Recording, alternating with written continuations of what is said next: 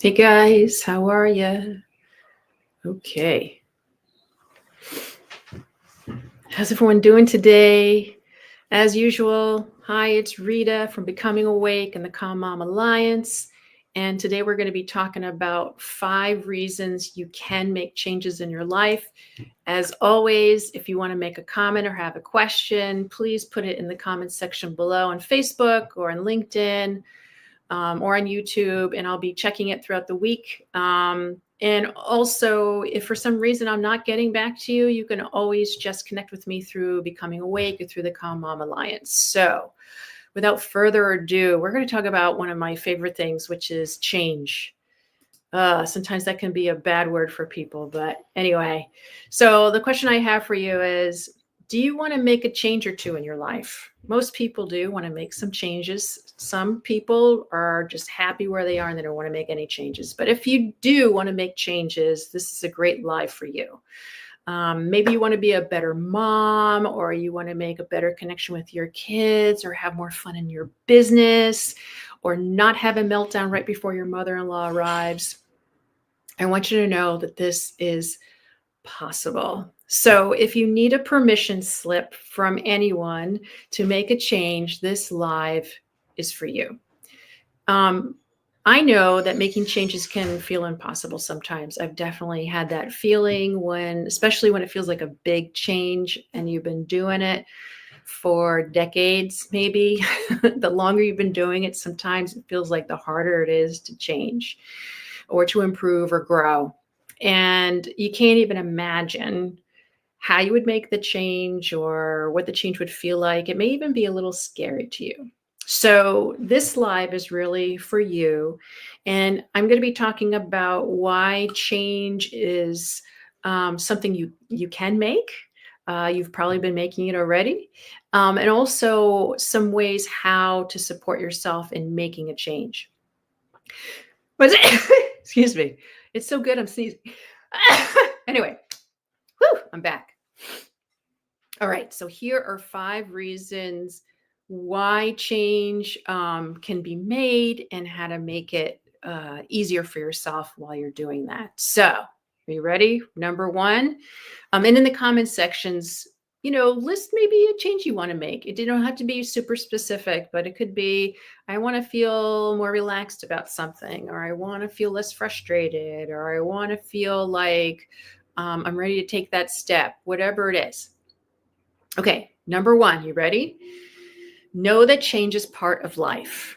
If you've ever seen the movie Ratatouille, Remy the rat says to his dad, change is nature. And it's so true. Think about it. Every year we have seasonal changes: summer, fall, winter, spring. It is a constant cycle of change. And even within each season, there are changes: early, mid, and late season. There's different things that are going on. There's constantly movement, growth, birth, death, the whole thing. We're not separate from that. Maybe you need to hear that again, and I need to say it to myself. We're not separate from nature, although we've done, for humankind, we've done a pretty good job of trying to be separate from nature, but we can't separate ourselves really. We're not at our best when we're completely separate from nature. And part of the natural world is change. And the reason why I think this is really important is because this is how we grow. This is how we find meaning. This is like part of the joy of life is change, even though change can be scary. So the other thing is, sometimes people equate change with instability. Oftentimes people are scared and they go, oh, we can't make this change. All these terrible things are going to happen. I've been there as well. We've all been through that. But really, change allows us to adapt, learn, expand, and create stability where there was instability.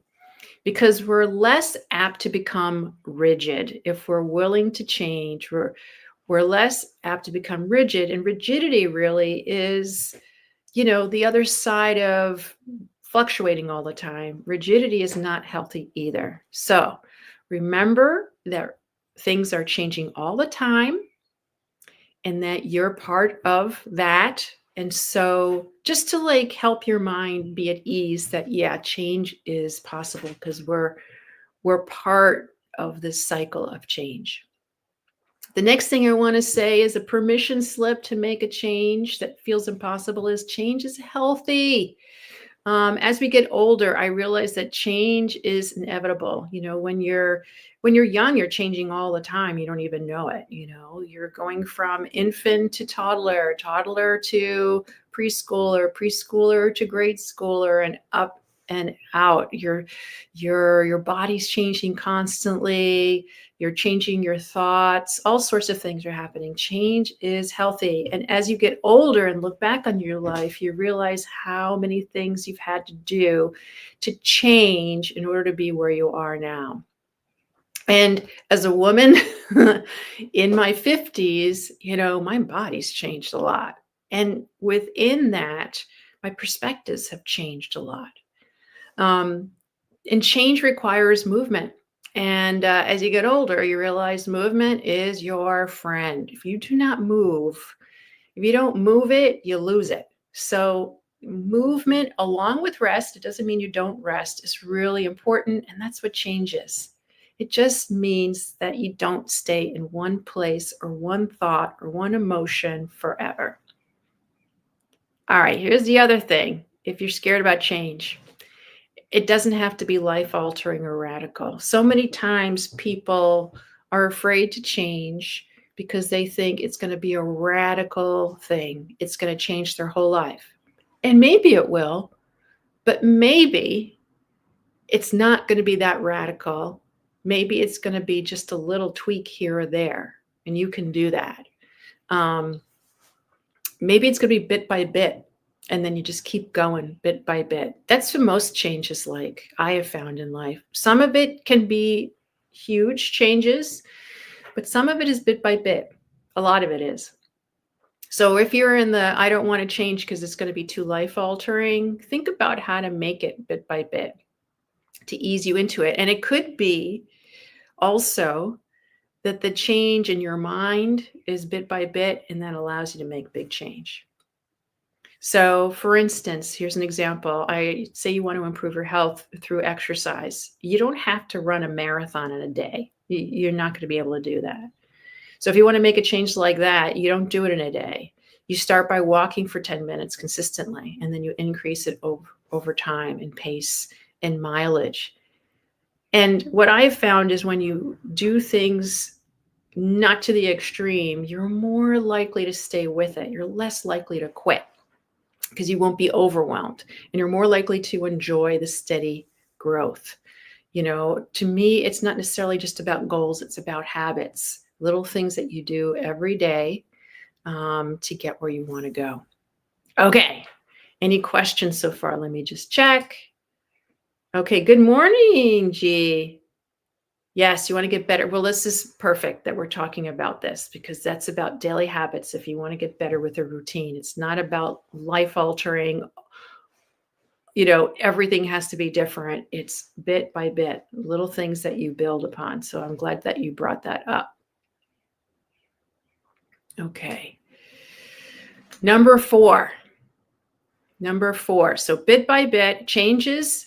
Part of nature. Change is healthy. You need it. You got to keep moving. Doesn't have to be life altering or radical. Here's the next one. Change helps if you see and experience the rewards of it quickly. There's a lot of rewards in change, a lot. So many times I've noticed that people, myself included, would rather fight for their own misery than to make a change. Why? Because change feels scary, and it doesn't feel like there's a lot of reward to it, and you want to feel safe. But here's the thing, and I had to remind myself every time I make a change, there's a lot of rewards in change. You're going out of your comfort zone, and every time you go out of your comfort zone, you're going to be rewarded in some way. Sometimes it's going to be in knowledge. Sometimes it's going to be in freedom.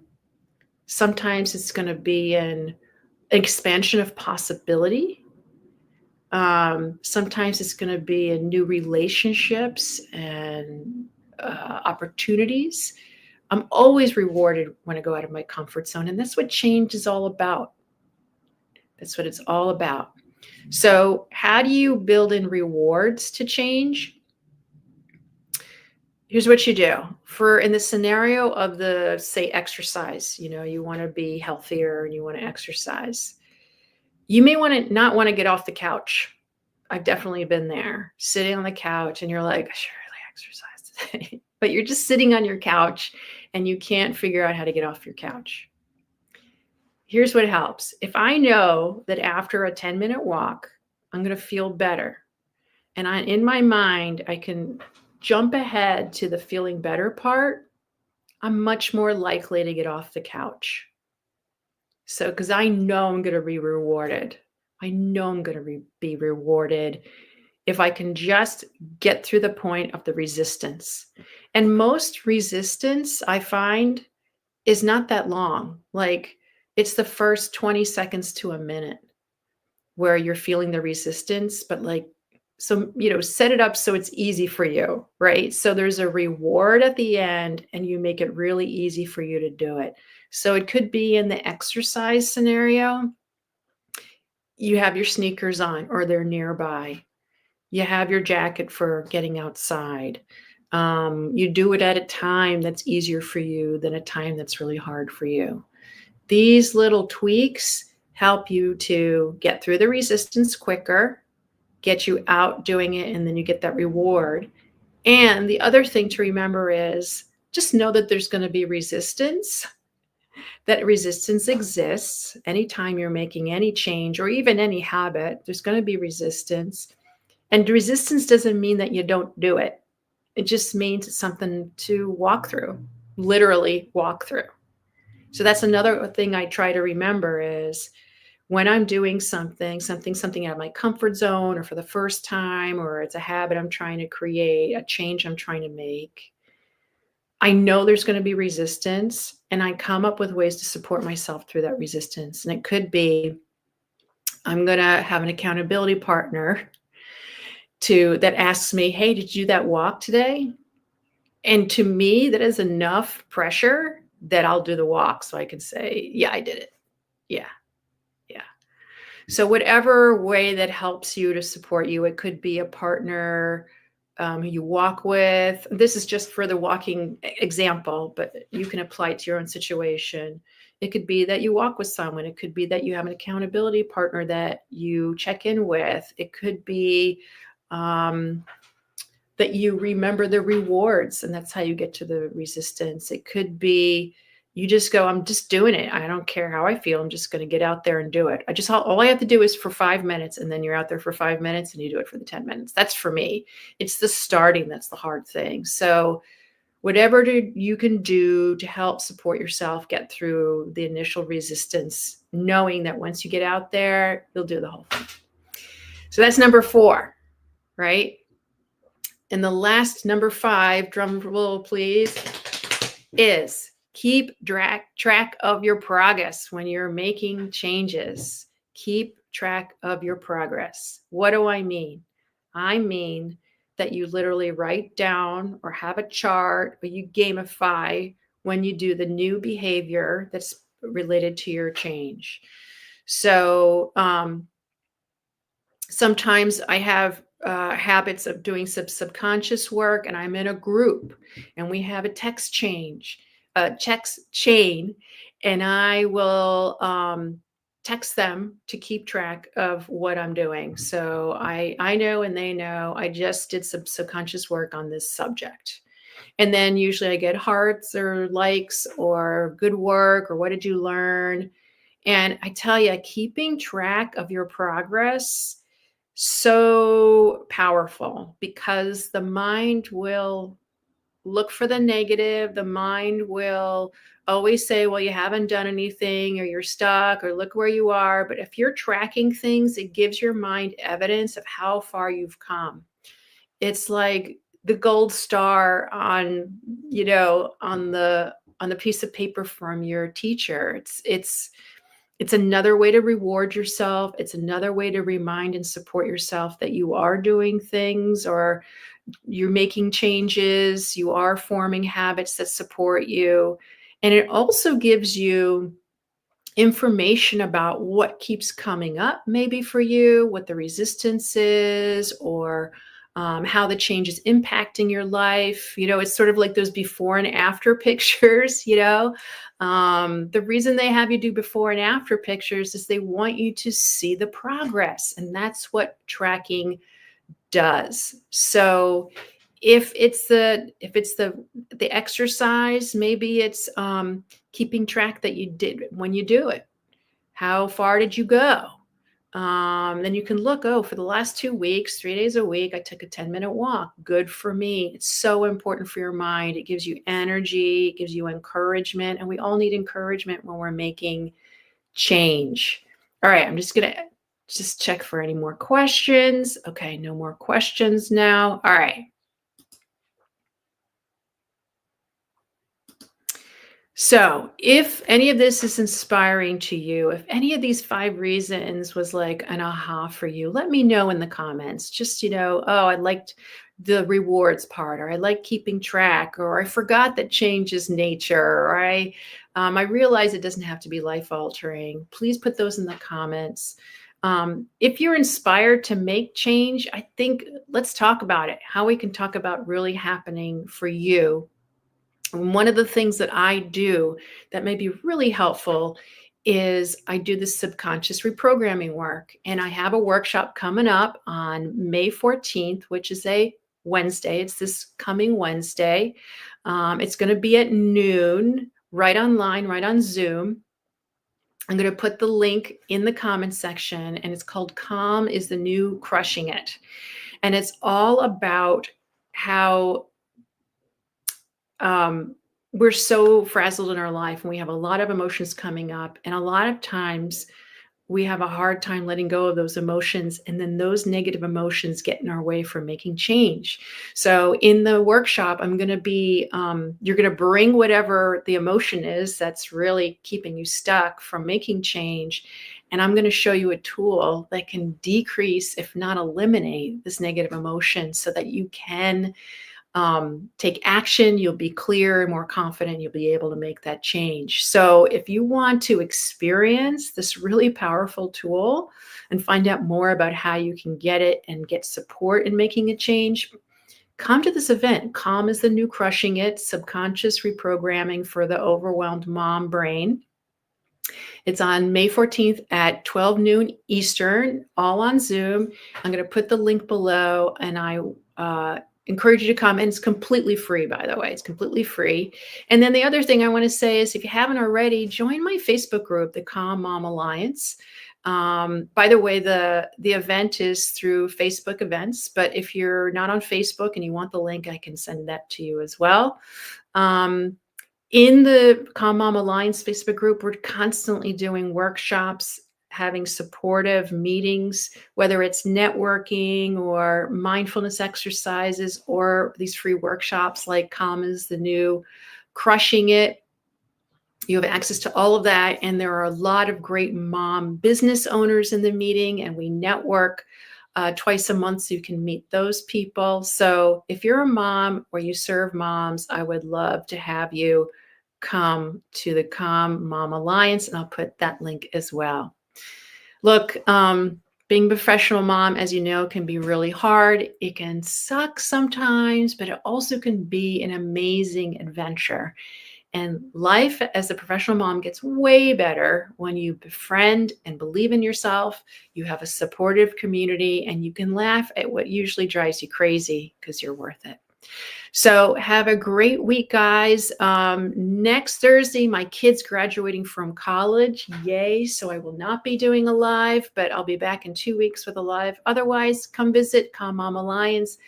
Come to the workshop next Wednesday, and have a great week. And I'll be checking comments. All right. Take care. Bye.